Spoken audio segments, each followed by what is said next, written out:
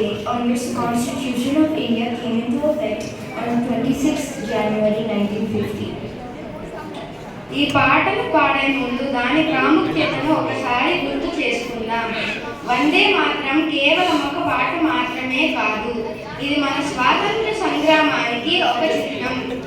1940లలో మన తాతలు బామ్మలు ఈ పాటని పాడుతూ బ్రిటిష్ పాలనకు వ్యతిరేకంగా పోరాటం చేశారు.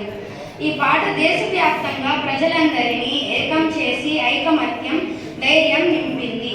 మన తల్లి భూమి సౌందర్యం, పవిత్రతను గుర్తు చేస్తూ దేశభక్తిని వారిలో రగిలించింది. ఈరోజు ఈ పాట పాడుతుంటే వారి త్యాగాలను గౌరవించండి. ఐకమత్యం మరియు దేశం పట్ల ప్రేమ యొక్క మహిమను గుర్తు చేసుకోండి.